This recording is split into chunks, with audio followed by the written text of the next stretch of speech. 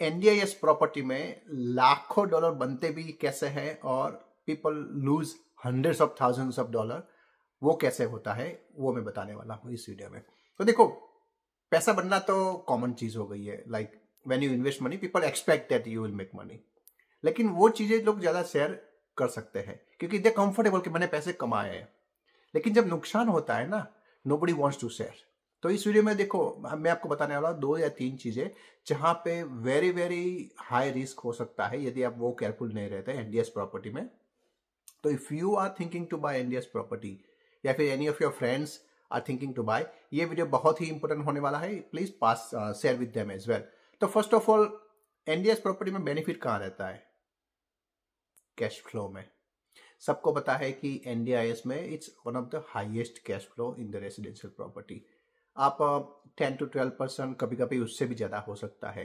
एक या दो टेनेंट्स है आपके पास घर में, तो people look into making $80,000 से $120,000 पर ईयर। उतना वो रेंटल इनकम का एक्सपेक्टेशन रख सकते हैं। That's very very high rental income. और जैसे जैसे आप पर ईयर बढ़ता रहता है, आपका टेनेंट फिक्स हो जाता है, then when you want to sell the property, because it's a very very high cash flow, you will most likely get a really good price. तो उसमें आपको गेन भी अच्छा आने का चांस बहुत है। ठीक है, तो ये तो बात हुई कैसे लोग पैसे बनाते हैं। अभी रिस्क फैक्टर क्या है? ठीक है, यदि इतने ही पैसे बनते हैं, why not everyone is buying? जो बिल्डर बनाता है आपको, जो सेल्स एजेंट आपको बेचता है रियल एस्टेट वाला, वो क्यों नहीं रख लेते? इतना ही प्रॉफिटेबल है ना। तो फर्स्ट ऑफ ऑल क्या देखना है आपको? देखो, मेरा क्लाइंट था ब्रिस्बेन में, उसने एनडीएस प्रॉपर्टी लिया था और उसने 6 महीने तक वैकेंट रखा प्रॉपर्टी। फिर उसने टेनेंट नहीं मिला तो उसने क्या किया कि स्टैंडर्ड जो रेसिडेंशियल वाले होते हैं उसको नॉर्मल मार्केट रेंट पे दे दिया। फिर जब उसको बेचने की बारी आई तो he couldn't find same price that what he paid for, because उसने तो एनडीएस का प्राइस पे किया था ना, लेकिन टेनेंट एग्जिस्टिंग था, वो तो स्टैंडर्ड नॉर्मल टेनेंट था, तो ऑब्वियसली उसको एनडीएस का प्राइस नहीं मिला। So he loss hundreds of thousands of dollar in that deal. फिर अभी अभी रिसेंटली मेरे पास एक डील आया था एनडीएस का। लोग जाते हैं देखने के लिए एनडीएस प्रॉपर्टी, कोई आता है तो मुझे बोलता है customer, Priyanka can you have a look and see if you can pick up something here. तो मेरे पास एक एनडीएस की डील आई थी। उसमें क्या था कि दे प्रॉमिस कि 10 ईयर का रेंटल गारंटी देते हैं हम लोग। वाह, very attractive. What else do you need, है ना।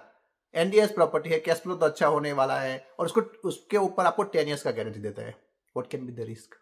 लेकिन जब आप डॉक्यूमेंट्स देखते हो ना, तो पहले आपको सोचना है कि if the deal is too good to be true, बहुत अच्छी डील है, तो बिल्डर खुद क्यों नहीं रख लेता? चलो, बिल्डर के पास पैसे नहीं है या उसको पैसे रोटेट करने हैं, वो स्टोरी से बना देता है, ठीक है, मान लिया। जो सेलिंग एजेंट आपको बेचता है वो क्यों नहीं रख लेता? पहली चीज आपको क्या करनी है, सेलिंग एजेंट को पूछना है कि how many NDIS property do you have? तो हमको बेच रहे हो, तुम्हारे पास कितनी है? देखो, एनडीआईएस प्रॉपर्टी में सबसे ज्यादा पैसे जो बिल्डर कंस्ट्रक्शन करते हैं उन लोगों का होता है अपफ्रंट प्रॉफिट। उसके बाद का प्रॉफिट जो होता है वो सेलिंग एजेंट जो करते हैं, आपको सेल करते हैं, उन लोगों का अपफ्रंट प्रॉफिट होता है। उसके बाद जो होता है वो आपके हाथ में आता है, लेकिन आपके हाथ में अपफ्रंट प्रॉफिट नहीं आता है। What you get is a recurring rental income benefit. तो सेलिंग एजेंट को पूछो कि तुम्हारे पास कितनी एनडीआईएस प्रॉपर्टी है? एक भी नहीं है। वाई? इतनी अच्छी डील है, तुम्हारे पास तो बहुत डील आती है एनडीआईएस की, why you are not keeping any NDIS property? सोचो। सेकंड चीज, उसको पूछो कि तुम्हारे पास नॉर्मल इन्वेस्टमेंट प्रॉपर्टी कितनी है स्टैंडर्ड? 5-6% का रेंट देती है वो, मेरे पास 2 है। चलो भाई, 2 है तो आप सोचिए, कोई भी बंदा इन्वेस्टमेंट प्रॉपर्टी रखनी है तो 5 या 6% का रेंटल इनकम वाली प्रॉपर्टी रखेगा या फिर 10 to 12% वाली प्रॉपर्टी रखेगा एनडीआईएस प्रॉपर्टी? तो वो ऐसा क्यों नहीं करता कि वो एक इन्वेस्टमेंट प्रॉपर्टी उसकी निकाल दे और एनडीआईएस ले ले? सोचो। तो before you make a decision to purchase, आपको ये चीज ध्यान रखनी है कि if it's really really good deal, 10 years का रेंटल गारंटी है, 5 साल का रेंटल गारंटी है, ये है वो है, टेनेंट नक्की है, वो सब है, why they are not keeping it themself? दुनिया में ऐसा कोई बंदा हो नहीं सकता ना कि इतना सारा प्रॉफिट है और मैं दूसरे को बांटता फिरूं। पहले मैं ले लूंगा, मैं खुद फुल हो जाऊंगा, मेरे आसपास के जो क्लोज फ्रेंड है, रिलेटिव्स है, फैमिली फ्रेंड्स है, उन लोगों को सब में बांट दूंगा जो प्रॉफिट वाला पोर्शन है। उसके बाद कुछ बचेगा तो मैं दुनिया को दूंगा ना।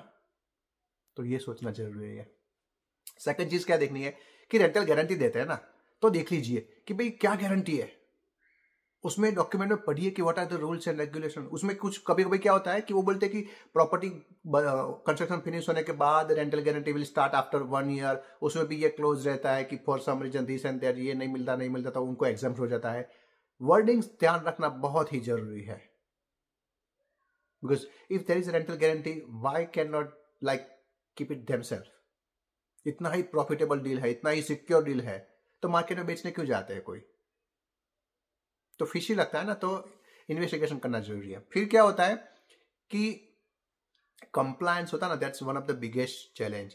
एक घर बनाना होता है, बिल्डर बना के दे देगा, उसको पूछना है कि भाई घर बनने के बाद जो अप्रूवल लेना है NDIS का, वो किसकी जवाबदारी है, बिल्डर की है या हमारी है? यदि जो अप्रूविंग बॉडी है, जो कंप्लायंस टीम है, उन्होंने कुछ पॉइंट्स निकाले कि भाई ये थोड़ा चेंज करना है, वो थोड़ा चेंज करना है, ये कंप्लायंट नहीं है बिल्डिंग कंस्ट्रक्शन, ये कुछ थोड़ा चेंज है, वो जो करेंगे किसकी रिस्पॉन्सिबिलिटी होगी, बिल्डर की या फिर हमारी? एक केस मैंने देखा था, बिल्डर ने घर बना के दे दिया और कॉन्ट्रैक्ट में लिखा था कि compliance is not our responsibility, customer को खुद को करना है। तो जो कंप्लायंस टीम ने चेकलिस्ट दिया ना कि ये फिक्स करो, वो फिक्स करो, उसको $30,000 लग गए। तो आपने ऑलरेडी इतने पैसे लगाए होते हैं और फिर ऑन टॉप आपको वेरिएशन फिक्सिंग करने के लिए पैसे लगाने पड़ते हैं, तो it's not a profitable deal for you. तो आपको ये बहुत ध्यान रखना है कि हुज रिस्पॉन्सिबिलिटी इट इज कि भाई आपको कंप्लायंट सर्टिफिकेट ला के दे, ठीक है। फिर आपको देखना है कि भाई how will you find a tenant. Property बनाना थोड़ा इजी है, कंप्लायंस भी आ सकते हैं, but how do you find a tenant? Tenant नहीं मिलता है ना, तो बहुत लॉस जाता है उसमें। मैंने देखे हैं कोई NDIS प्रॉपर्टी महीनों तक खाली पड़ी रहती है। मेरा एक दोस्त है, चलो ठीक है, तो सब हम रिस्क फैक्टर की बात कर रहे हैं, लेकिन ऑनेस्टली स्पीकिंग एक दो बंदे मैंने ऐसे भी देखे हैं कि जिन मेरे एक दोस्त का दोस्त है, उसके बाद 2 NDIS प्रॉपर्टी है, तो he generating like more than $150,000, almost 200,000 जो बता रहा था, कुछ बना रहा है पैसा 2 प्रॉपर्टी में से सिर्फ। So it's really significant money. लेकिन ये सब स्टोरी सुनने के, सक्सेस स्टोरी सुनने से इम्प्रेस हो जाने के बाद just don't go and buy anything. तो इसलिए मैंने ये 2-3 चीज जो बताई आपको ध्यान रखनी है कि भाई if is really good why can not they keep it themself. ये आंसर फाइंड करना। फिर कि भाई कंप्लायंस किसकी रिस्पॉन्सिबिलिटी होगी, बिल्डर की या फिर हमारी? एक्स्ट्रा पैसे लगेंगे कंप्लायंस अप्रूवल लेने में, किसकी रिस्पॉन्सिबिलिटी है वो? Third thing is how will you find a tenant. जब तक ये 3 चीजों का जवाब नहीं मिलता ना, कुछ भी साइन मत करना, because it's high risk. NDI is always like a high risk high gain type of investment. So ये वीडियो जरूर अपने दोस्तों में शेयर करना। Someone might save hundreds of thousands of dollars. Thank you so much for watching this video. This is Priyank Patel, mortgage broker and a buyer's agent. See you next time.